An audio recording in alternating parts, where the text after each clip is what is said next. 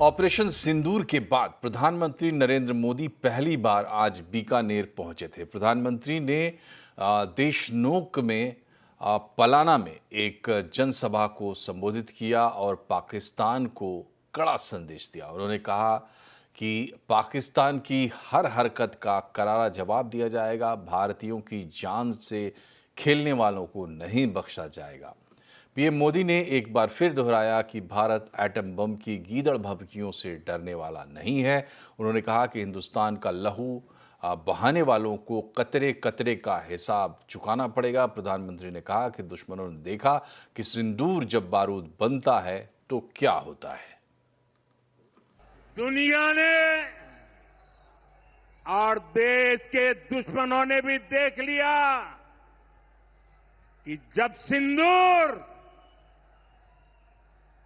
सिंदूर बारूद बन जाता है तो नतीजा क्या होता है। पीएम ने कहा कि सेना ने 22 तारीख का बदला 22 मिनट में लिया। 22 अप्रैल को आतंकवादियों ने धर्म पूछकर हमारी बहनों की मांग का सिंदूर उजाड़ दिया था। हमारी सरकार ने तीनों सेनाओं को खुली छूट दे दी थी और तीनों सेनाओं ने मिलकर ऐसा चक्रव्यूह रचा कि पाकिस्तान को घुटने टेकने के लिए मजबूर कर दिया। 22 तारीख के हमले के जवाब में हमने 22 मिनट में आतंकियों के 9 सबसे बड़े ठिकाने तबाह कर दिए। मोदी का दिमाग ठंडा है, ठंडा रहता है, लेकिन मोदी का लहू गर्म होता है।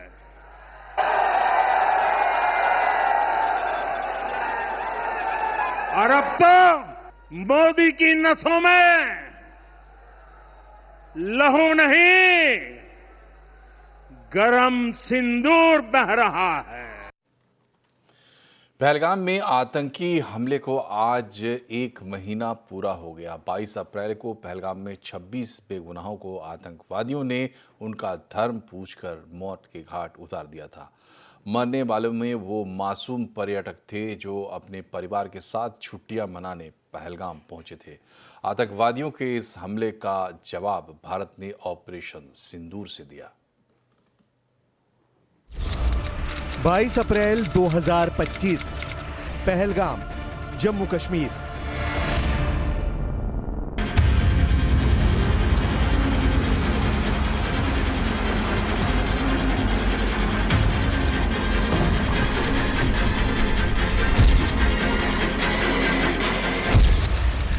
चौदह दिन बाद 7 मई 2025 आधी रात के 2 बजे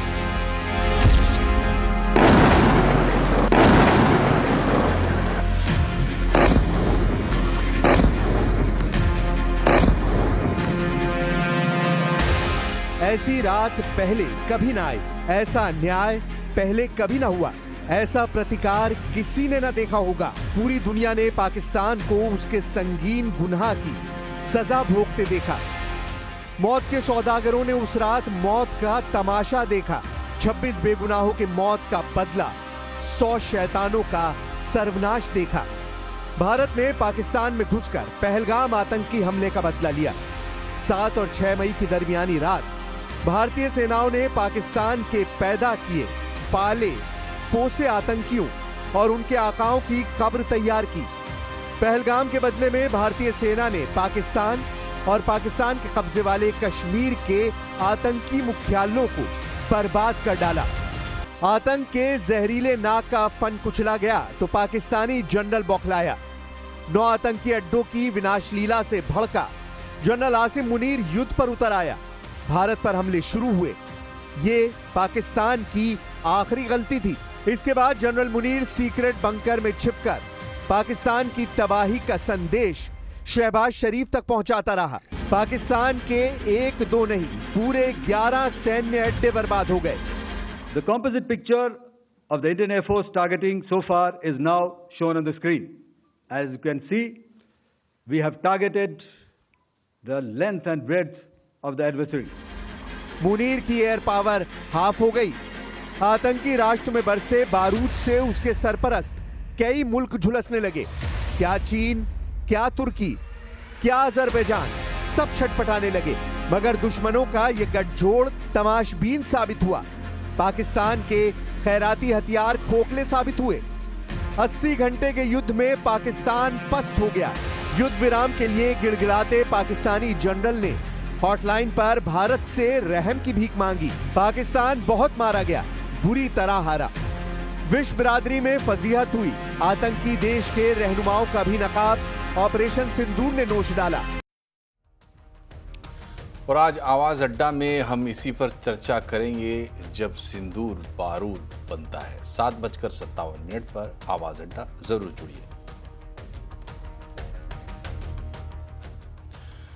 पाकिस्तान को भारतीय विदेश मंत्रालय ने 2 टूक कह दिया है कि वो पहले आतंकियों को सौंपे, तभी उसके साथ कोई बातचीत हो सकती है। भारत पाकिस्तान का जो भी एंगेजमेंट होगा वो बायलैटरल तरीके, 2 पक्षीय तरीके से ही होगा। साथ ही साथ मैं ये कहना चाहूँगा कि वार्ता और आतंकवाद दोनों साथ में नहीं चल सकता है। जहाँ तक आतंकवाद का सवाल है, हम ये बात करने के लिए तैयार हैं, लेकिन जो बातचीत होगी इस पे होगी कि भारत ने जो एक लिस्ट दिया था पाकिस्तान को कुछ साल पहले, उस लिस्ट में कई एक टेररिस्ट थे, उनको कब वो भारत को हवाले कर रहे हैं, इस बात पे बात होगी। पाकिस्तान प्रायोजित आतंकवाद के खिलाफ समर्थन के लिए भेजे गए सांसदों के प्रतिनिधिमंडल ने आज यूएई और जापान में कई मुलाकातें की हैं। जेडीयू सांसद संजय कुमार झा के नेतृत्व में जापान पहुंचा प्रतिनिधिमंडल आज वहां के विदेश मंत्री तकेशी इबाया से मिला। उनसे आतंकवाद और ऑपरेशन सिंदूर पर बातचीत हुई। वहीं शिवसेना नेता श्रीकांत शिंदे के नेतृत्व में ऑल पार्टी डेलीगेशन ने यूएई के मंत्री शेख नहियान मुबारक अली से मुलाकात की। साथ ही डिफेंस अफेयर्स के चेयरमैन डॉक्टर राशिद अल मुआमी से भी मुलाकात की। यूएई ने आतंकवाद के मुद्दे पर पूरी तरह भारत का समर्थन किया है। We are in agreement that terrorism is not a threat to a single nation or a single region, but it's a global threat. This is where we believe that we as international community should come together, and especially members of parliament who represent the people, who care about the safety of the people, that we have to work on putting plans, strategy, and engage in creating a better future for all humanity. इधर जासूसी के आरोप में गिरफ्तार हरियाणा की YouTuber ज्योति मल्होत्रा को 4 दिन की पुलिस कस्टडी में भेज दिया गया है। हिसार जिला अदालत ने आज पुलिस रिमांड को मंजूरी दी। कल ही हिसार के एसपी ने कहा था कि अभी तक ज्योति के पास किसी तरह की खुफिया या सुरक्षा से जुड़ी जानकारी होने के प्रमाण नहीं मिले हैं। उस पर पाकिस्तान दूतावास के अधिकारियों के से संपर्क में होने का आरोप है। फिलहाल ज्योति की डिजिटल एक्टिविटी और बैंक अकाउंट की जांच हो रही है। ज्योति के इस्लाम में धर्मांतरण और विवाह की अफवाहों को पुलिस ने गलत करार दिया है। प्रधानमंत्री मोदी ने बीकानेर में देशवासियों को बड़ी सौगात दी है। प्रधानमंत्री बीकानेर के नाल एयरबेस से सीधे करनी माता के मंदिर गए और वहां उन्होंने पूजा अर्चना की। इसके बाद पीएम मोदी ने देशनोक रीडब्लाड रेलवे स्टेशन का उद्घाटन किया। पीएम मोदी ने 26,000 करोड़ रुपए से ज़्यादा की कई विकास योजनाओं का उद्घाटन और शिलान्यास भी किया। इसमें बीकानेर ज़िले में रेलवे, सड़क, बिजली, पानी और न्यू रिन्यूएबल एनर्जी से जुड़ी परियोजनाएं शामिल हैं। इसके बाद उन्होंने बीकानेर मुंबई एक्सप्रेस ट्रेन को हरी झंडी भी दिखाई। प्रधानमंत्री ने 18 राज्यों और केंद्र शासित प्रदेशों के 86 जिलों में 103 अमृत भारत स्टेशनों का उद्घाटन किया। प्रधानमंत्री मोदी ने आज रीडेवलप्ड देशनोक रेलवे स्टेशन का उद्घाटन किया और कायाकल्प के बाद कैसा दिखता है देशनोक रेलवे स्टेशन, इसका जायजा लिया दीपाली नंदा ने। मैं मौजूद हूं बीकानेर के देशनोक रेलवे स्टेशन पर और ये वही रेलवे स्टेशन है जिसे आज प्रधानमंत्री नरेंद्र मोदी ने अमृत भारत स्टेशन योजना के तहत रीलॉन्च किया है। पूरी तरह से इसको रीडेवलप किया गया है। आप देख रहे हैं ये इसका मेन एंट्रेंस है और मेन एंट्रेंस जो आप देखेंगे कि ये लाल पत्थर का बनाया गया है और खास तौर पर छत की तरफ अगर आप ध्यान देंगे तो यहाँ पर जो कलाकारी है उसमें आपको झलक दिखेगी मारवाड़ की। ये उसी तरह की पेंटिंग्स यहाँ पर छतों पर की गई है। अब मैं आपको मेन एंट्रेंस के अंदर लेकर जाऊंगी जहां पर पीआरएस टिकट विंडो बनाई गई है। यहां पर आप देखेंगे टिकट विंडो है और वहीं उसके ठीक सामने यहां पर जो राजस्थान के वीर जवान हैं जिन्होंने देश के नाम शहादत दी है उनकी प्रदर्शनी यहां पर लगाई गई है। तो आप खास तौर पर मैं आपको दिखाना चाहूंगी कि यहां पर किस तरह की जो डिजाइनिंग है और आप देखेंगे कि दीवारों पर जो पेंटिंग की गई है वो भी काफ़ी खूबसूरत है। और मैं आपको बता दूं चूंकि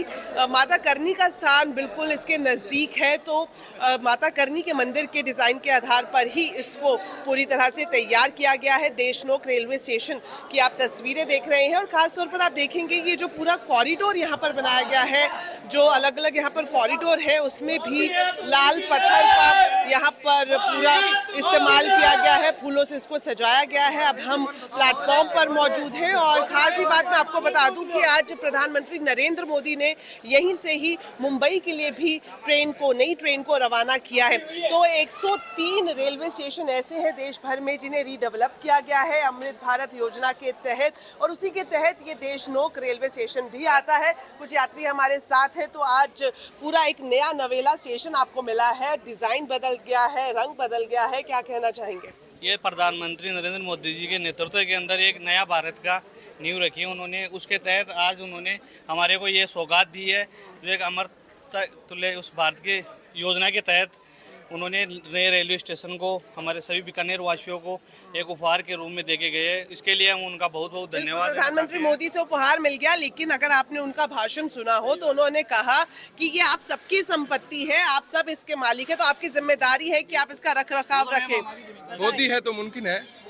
भाई मैम वो तो हमारी जिम्मेदारी है, ये हमारे राष्ट्र की संपत्ति है, इसकी जिम्मेदारी रखना तो हमारी भी एक प्राथमिकता भी बनती है, दायित्व भी है। और प्रधानमंत्री जी ने भी अपने शब्दों के अंदर बयां किया मन से कि आप सभी को इसकी रख रखाव रखने की आपको जिम्मेदारी लेनी पड़ेगी।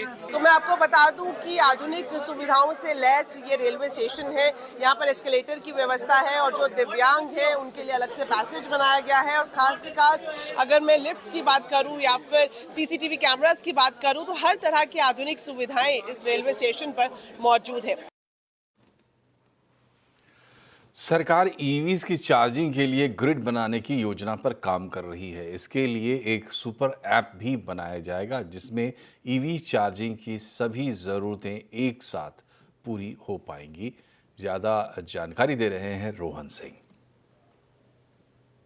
जी, सरकार एक नेशनल ईवी इंफ्रास्ट्रक्चर ग्रिड बनाने जा रही है जिसमें कि देश भर में करीब 72,000 ईवी चार्जिंग स्टेशंस का एक नेटवर्क होगा जो देश के अलग अलग इलाकों में होंगे लेकिन एक दूसरे से कनेक्टेड होंगे। और इसके लिए सरकारी कंपनी BHEL को नोडल एजेंसी बनाया गया है जो अलग अलग राज्यों से बात करके डिमांड एग्रीगेशन का काम करेगी। और उसके बाद PM-E ड्राइव स्कीम के तहत जो इंसेंटिव्स है वो दिया जाएगा इन कंपनियों को। इसमें आपको बता दें कि FY26 के लास्ट तक इस पूरे काम को पूरा करने की उम्मीद की जा रही है। साथ ही एक सुपर ऐप बनाया जाएगा जिसमें देश के सारे जितने भी पब्लिक चार्जिंग स्टेशंस हैं उन सभी को कनेक्ट किया जाएगा। और उसके बाद कोई भी व्यक्ति जिसकी चार्जिंग से जुड़ी हुई कोई भी ज़रूरत है कि पास में कौन सा चार्जर है या फिर स्लॉट मिलेगा या नहीं मिलेगा, पेमेंट किस तरह का होगा, वो सारी ज़रूरतें आप सिर्फ एक चार्जर एक ऐप से पूरा कर सकेंगे। अलग अलग गूगल करने या बाकी करने की ज़रूरत नहीं पड़ेगी। इसको लेकर इन प्रिंसिपल मंजूरी दी जा चुकी है और बहुत जल्दी इसका एक नोटिफिकेशन भी आने वाला है।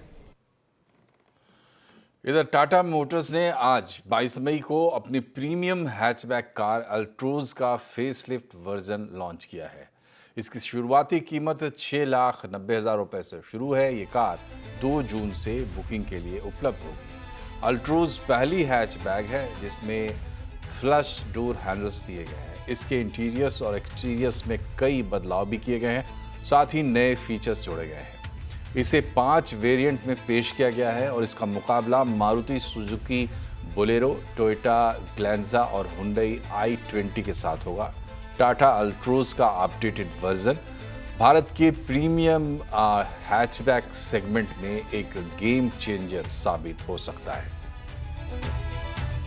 तो हमने देखा है कि हैचबैक सेगमेंट वैसे तो ओवरऑल हैचबैक सेगमेंट जो है उसका शेयर जो रहा है पिछले 5 वर्षों में वो 46% से घटकर करीब 24-25% पे आ चुका है।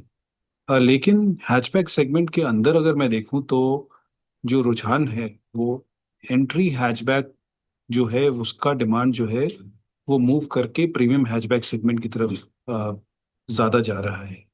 और एल्ट्रॉस जैसा कि आपको पता है कि वो प्रीमियम हैचबैक सेगमेंट में है, यही कारण है कि हमने इसको पोजीशन किया है और उसको एक नौ अवतार में लॉन्च किया है। यहाँ एक छोटा सा ब्रेक, तुरंत हाजिर होते हैं, बने रहिए हमारे साथ।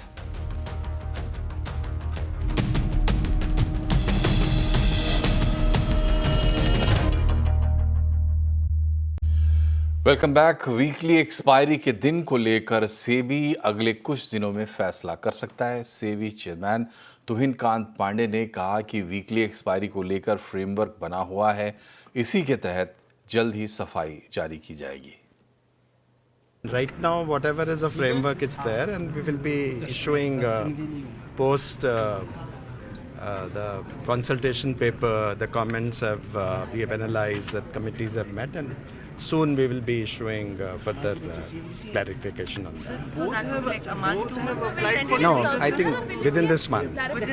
So will it be a They'll shift to Tuesday. No, those days are fixed now. Those 2 days.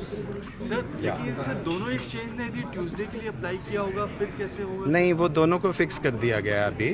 2 दिन हैं बस। अच्छा, तो वो अभी बड़ी देर से चल रहा है, वैसे ही चल रहा है। हाँ सर, वैसे ही है। So no change in the current. No change in the current thing, but क्या चेंजेस फर्दर आएंगी वो अभी आप थोड़ी दिनों के में आप बता। इस मामले में एनएससी के MD and CEO Ashish Chauhan ने हमसे एक्सक्लूसिव बातचीत में कहा कि एक्सपायरी डेट का मामला सेबी के पास है और उन्हें सेबी के फैसले का इंतजार रहेगा।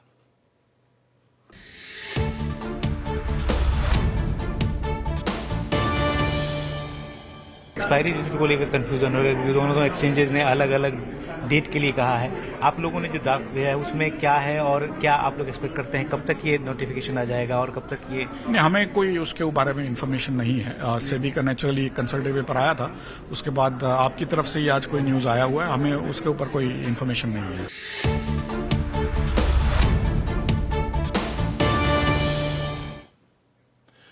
और हमसे एक्सक्लूसिव बातचीत में आशीष चौहान ने एनएससी के आईपीओ के बारे में भी खुलकर बात की। हमारे संवाददाता आलोक प्रियदर्शी से एक्सक्लूसिव बातचीत में उन्होंने कहा कि उन्हें आईपीओ के लिए सेबी के एनओसी का इंतजार है।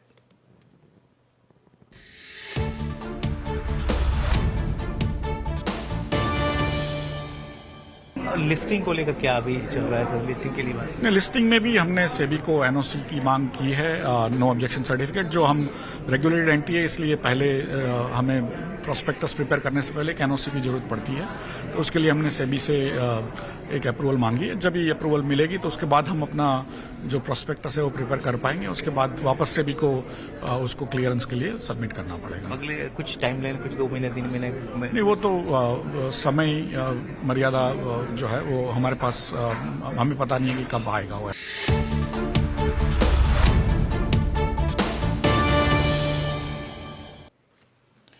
और अब बात करते हैं आज के बाजार की। दिन के निचले स्तर से बाजार में आज रिकवरी देखने को मिली। सेंसेक्स निफ्टी निचले स्तर से सुधरकर बंद हुए हैं। सेंसेक्स 645 पॉइंट गिरा है, निफ्टी 204 पॉइंट गिरकर बंद हुआ है। बैंक निफ्टी में नीचे से शानदार रिकवरी देखने को मिली है। आज के बाजार में सबसे ज़्यादा बोलबाला डिफेंस शेयरों का रहा है। इसके अलावा किन स्टॉक्स में तेज़ी रही और कहाँ प्रेशर रहा, बता रही हैं कंचन नौटियाल। तो तो डेफिनेटली आज हफ्ते के चौथे कारोबारी दिन बाजार आज काफ़ी ज़्यादा वॉलेटाइल देखने को मिला, काफ़ी ज़्यादा पेन आज बाजार में देखने को मिला। लेकिन कुछ सेक्टर्स ऐसे भी थे जहाँ पे जो मजबूती थी वो कायम थी, जैसे कि डिफेंस सेक्टर में अच्छा खासा इजाफा देखने को मिला। लेकिन अब बात कर लेते हैं कि स्टॉक स्पेसिफिक एक्शन आज के सत्र में किस तरीके का रहा। अगर निफ्टी के सबसे पहले बढ़ने वाले शेयर्स की बात करी जाए तो यहाँ पे सबसे पहला नाम आता है इंडसइंड बैंक का। अर्ली ट्रेड में यहाँ पे हमें भारी गिरावट देखने को मिली थी, लेकिन वापस से एक रिकवरी आती हुई दिखाई दी। JSW स्टील, बजाज ऑटो और साथ ही साथ भारतीय एयरटेल आज एक हल्की बढ़त के साथ बंद हुआ है। लूजिंग स्ट्रीक की बात करी जाए तो ONGC पूरे ही क्रूड मार्केट में काफ़ी ज़्यादा वॉलिटिलिटी बनी हुई थी और उससे रिलेटेड जो कंपनीज है वहाँ पे भी इस तरीके का रिफ्लेक्शन देखने को मिला। महिंद्रा एंड महिंद्रा, हिंडाल्को और साथ में विप्रो में आज एक भारी प्रेशर देखने को मिला। मिड कैप की बात करी जाए सबसे पहले बढ़ने वाले शेयर्स की, तो जैसे कि मैंने बोला कि डिफेंस शेयर्स में आज तेजी देखने को मिली। कोचिन शिपयार्ड आप देखेंगे कि 4% का इजाफा यहाँ पे रहा। इसके अलावा सोलर इंडस्ट्री में 6% की बढ़त, NTPC ग्रीन एनर्जी यहाँ पे 6% का इजाफा और एस्ट्रल में भी हमें करीब 5% की बढ़त देखने को मिली और ये जो बढ़त है वो नंबर्स के बाद देखी गई है। लूजिंग स्ट्रीक की बात करी जाए तो ABFL यहाँ पे डीमर्जर हुआ है, उसके बाद ये रिफ्लेक्शन आया है। साथ में कोलगेट नंबर्स स्ट्रीट को पसंद नहीं आए और इस तरीके का रिफ्लेक्शन है। BSC लिमिटेड और साथ में मैनकाइंड फार्मास्यूटिकल में भी आज हमें एक भारी गिरावट देखी गई। और अमेरिका का कर्ज बाजार का नया मर्ज बनकर उभरा है। कल अमेरिका में जो बॉन्ड ऑक्शन हुआ था उसकी डिमांड बेहद खराब रही। इस ऑक्शन के बाद दुनिया के बाजारों में अमेरिकी इकोनॉमी को लेकर घबराहट का माहौल है। कितना बड़ा है यूएस का कर्ज संकट, बता रही हैं मिताली जैन। जी बिल्कुल, तो यूएस के डेट की बात करें तो अभी यूएस का डेट $36 ट्रिलियन के पास पहुंच चुका है और ये बताया जा रहा है कि उनकी जीडीपी का ये 122% है। हर 3 महीने में ये जो डेट है ये $1 ट्रिलियन से बढ़ता ही चला जाता है। रिसेंटली जो मूडीज़ ने यूएस मार्केट की डिग्रेडिंग करी थी और साथ ही जो इनका नया टैक्स कट बिल आया है उसके कारण ये बताया जा रहा है कि ये जो डेट है ये करीबन $5 ट्रिलियन से और ज़्यादा बढ़ सकता है। अब देखते हैं कि ये जो पूरा डेट है ये कौन किससे कितना यहाँ पे होल्ड करता है। तो सबसे ज़्यादा जो इसकी होल्डिंग्स है वो इसके डोमेस्टिक होल्डर्स के पास ये करीबन 75% यानी $27.2 ट्रिलियन का जो डेट है वो डोमेस्टिक होल्डर्स होल्ड करते हैं। बाकी का जो है वो दूसरे देश यहाँ पे होल्ड करते हैं। डोमेस्टिकली हम अंदर घुसे कि कौन कौन कितना परसेंटेज होल्ड करता है, तो इन्वेस्टर्स के पास 42% यानी करीबन $15.6 लाख करोड़ का डेट है। उसके बाद US agencies, internal trust, federal reserves के पास इतना प्रोपोर्शन में इनका पूरा डेट है। ग्लोबली हम बात करें तो जापान सबसे ज़्यादा लीड कर रहा है विद $1.13 लाख करोड़। फिर आता है यूके का नाम $0.78 लाख करोड़ और फिर है चाइना। अब बात करें इस डेट का आगे फ्यूचर में क्या इम्पैक्ट होता है, अगर ये ऐसे ही सस्टेन करती नज़र आती है तो पहली बात ये है कि ये जो बॉन्ड्स की यूएस की बॉन्ड्स है वहाँ पे हमें डिमांड में थोड़ी कटौती देखने को मिल सकती है और बॉन्ड यील्ड जितनी अभी है उससे और ज़्यादा हाइक यहाँ पे हमें देखने को मिल सकती है। साथ ही डॉलर में भी हमें थोड़ी कमज़ोरी यहाँ पे महसूस हो सकती है। रिसेशन का भी रिस्क बढ़ता नज़र आ सकता है, जैसे कि जॉब्स में हमें कमी देखने को मिलेगी। इसके अलावा जो ग्लोबली इनकी ग्रोथ है वहाँ पे भी स्लो डाउन हो सकता है और साथ ही जो इनका ग्लोबल बिजनेस डिपेंडेंट कंपनीज हैं उनको भी यहाँ पे नुकसान की भरपाई करनी पड़ सकती है। और इसी के साथ बुलेटिन में फिलहाल इतना ही, लेकिन खबरों पर लगातार अपडेट रहिए और इसके लिए जुड़े रहिए CNBC आवाज़ से। हमारे